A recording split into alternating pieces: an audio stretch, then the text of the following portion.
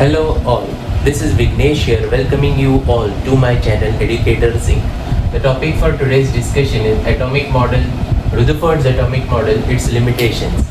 There are two basic limitations, that is stability of an atom and a structure of atom.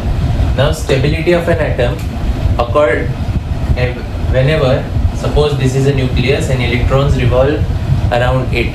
So an object or an accelerated object or an electrical charge, accelerated object should emit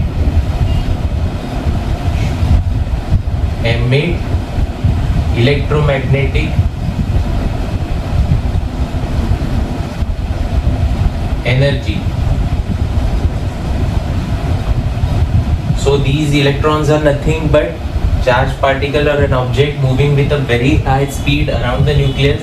So this should emit energy, and the distance between the electrons should decrease, or the electrons should move from outer orbit to inner orbit, and thus after radiating energy, after some time it should collapse with the nucleus, but this making the atom unstable. But this doesn't happen. The atom is stable. Therefore the Rutherford's atomic model could not predict this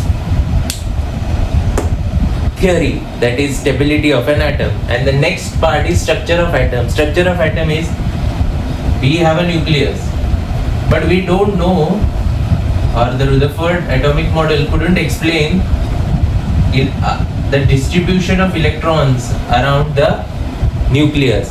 So these are the two basic limitations of Rutherford's atomic model. Please like, share my video and subscribe to my channel by clicking on bell icon. Thank you.